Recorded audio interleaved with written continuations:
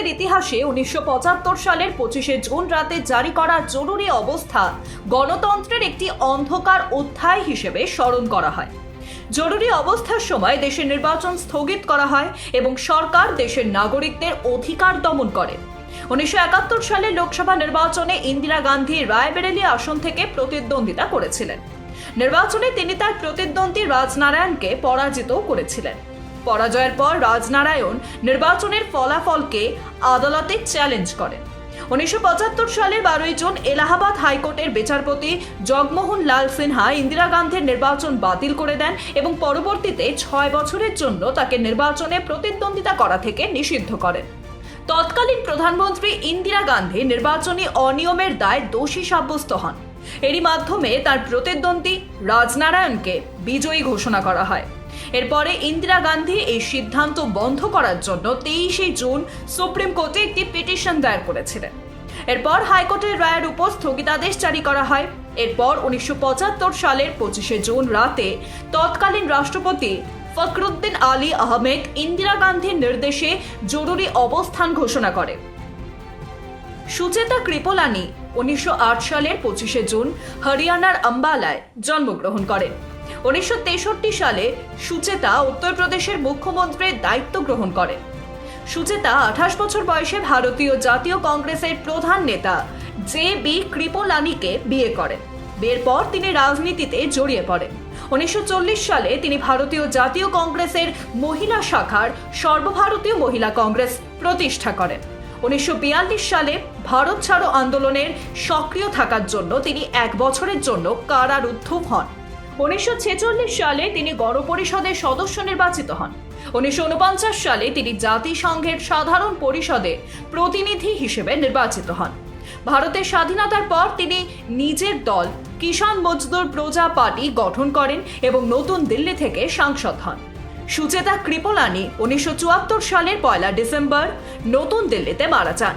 शिक्षा देश का गौरव है और आरकेडीएफ यूनिवर्सिटी शिक्षा का उद्यम है। आरकेडीएफ में सवारे अपना भविष्य। पीएचडी एमफिल करे अपने पसंदीदा विषय में। सर्टिफिकेट डिप्लोमा के 74 कोर्सेज। RKDF university. आरकेडीएफ में सवारे अपना भविष्य। पीएचडी एमफिल करे अपने पसंदीदा विषय में। सर्टिफिकेट डिप्लोमा के 74 कोर्सेज केवल आरकेडीएफ यूनिवर्सिटी में। RKDF university. आरकेडीएफ में सवारे अपना भविष्य। सर्टिफिकेट डिप्लोमा के 74 कोर्सेज केवल आरकेडीएफ यूनिवर्सिटी में। RKDF university. आरकेडीएफ यूनिवर्सिटी में एडमिशंस ओपन। आरकेडीएफ यूनिवर्सिटी भविष्य को लेकर परेशान है? आरकेडीएफ यूनिवर्सिटी है इसका हल। पीएचडी एमफिल किसी भी विषय में। डिप्लोमा के अनेक अवसर है आरकेडीएफ यूनिवर्सिटी में। Admissions open. RKDF university. Education glorifies nation. 1983 সালের 25শে জুন ইংল্যান্ডে অনুষ্ঠিত ক্রিকেট বিশ্বকাপের ফাইনালে ওয়েস্ট ইন্ডিজকে পরাজিত করে ভারত তার প্রথম বিশ্বকাপ জয় করে। সেই সময় ভারতীয় ক্রিকেট দলের অধিনায়ক ছিলেন কপিল দেব। 1983 সালের 25শে জুন লন্ডনের লর্ডস ক্রিকেট গ্রাউন্ডে চূড়ান্ত খেলাটি অনুষ্ঠিত হয়। প্রথমে ব্যাট করে ভারত 183 রান করে। অধিনায়ক কপিল দেব 175 রানের গুরুত্বপূর্ণ ইনিংস খেলেন। ভারত ওয়েস্ট ইন্ডিজকে 140 রানে অল আউট করে এবং ম্যাচটি 43 রানে জিতে নেন এবং প্রথমবার ভারত বিশ্বকাপ জেতে। তবে ম্যাচের শুরুতে ভারতীয় দলের পারফরম্যান্স খুব একটা ভালো ছিল না। কেউ আশা করেনি যে ভারত জিতবে, কারণ 1983 সালের বিশ্বকাপ জয়ের আগে ভারতীয় দল আন্তর্জাতিক পর্যায়ের কোনো বড় সাফল্যই অর্জন করতে পারেনি। কিন্তু এই ম্যাচে ভারতীয় দল ক্রিকেটের ইতিহাসের রেকর্ড সৃষ্টি করে। 1947 সালের 25শে জুন অ্যানি ফ্র্যাঙ্কের দ্য সিক্রেট অ্যানেক্স বইটি প্রকাশিত হয়। অ্যানি ফ্র্যাঙ্কের পুরো নাম ছিল অ্যানেলিস মেরি ফ্র্যাঙ্ক, যিনি দ্বিতীয় বিশ্বযুদ্ধের সময় হলোকাস্টের শিকার হয়েছিলেন। তিনি 1929 সালের 12 জুন জার্মানির ফ্র্যাঙ্কফুর্টে জন্মগ্রহণ করেন। হিটলার ও নাৎসিদের হাত থেকে বাঁচতে 1934 সালে তিনি ও তার পরিবার আমস্টারডামে চলে আসেন। প্রায় 2 বছর তিনি লুকিয়ে থাকার সময় একটি ডায়েরি লিখেছিলেন। 1944 সালের 4 August German police secret annexe অভিযান চালায়।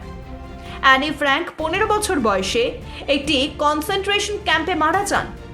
অ্যানির মৃত্যুর পর তার বাবা প্রথমবার ডাচ ভাষায় অ্যানি ফ্র্যাঙ্কের ডায়েরি প্রকাশ করেন। 1952 সালে the diary of a young girl প্রকাশিত হয়। অ্যানি ফ্র্যাঙ্কের ডায়েরি বিশ্বের সর্বাধিক পঠিত বইগুলির মধ্যে একটি। এটি 70টিরও বেশি ভাষায় অনুবাদ করা হয়েছে এবং 3 কোটিরও বেশি কপি বিক্রি হয়েছে। 2009 সালের 25শে জুন মাইকেল জ্যাকসন মারা যান। তিনি একজন মার্কিন গায়িকা, গীতিকার এবং নৃত্যশিল্পী ছিলেন। মাইকেল জ্যাকসন 50 বছর বয়সে ক্যালিফোর্নিয়ার লস অ্যাঞ্জেলেসে তার বাড়িতেই মারা যান। মাইকেল জ্যাকসন 1958 সালের 29শে আগস্ট জন্মগ্রহণ করেন। 5 বছর বয়সে তিনি গানের জগতে প্রবেশ করেন। 11 বছর বয়সে তিনি প্রথমবার স্বীকৃত হন এবং ধীরে ধীরে বিশ্বব্যাপী বিখ্যাত হয়ে ওঠেন। মাইকেল জ্যাকসনের মৃত্যুর পর তার ব্যক্তিগত চিকিৎসকের বিরুদ্ধেও মামলা হয় এবং তাকে কয়েক বছর জেলে কাটাতে হয়। অনেক প্রতিবেদনে দাবি করা হয়েছে যে তার ডাক্তার মাইকেল জ্যাকসনকে হৃদরোগের ওষুধ প্রোপোফলের অতিরিক্ত মাত্রা দিয়েছিলেন, ফলে তার হৃৎপিণ্ড কাজ করা বন্ধ করে দেয় এবং তিনি মারা যান।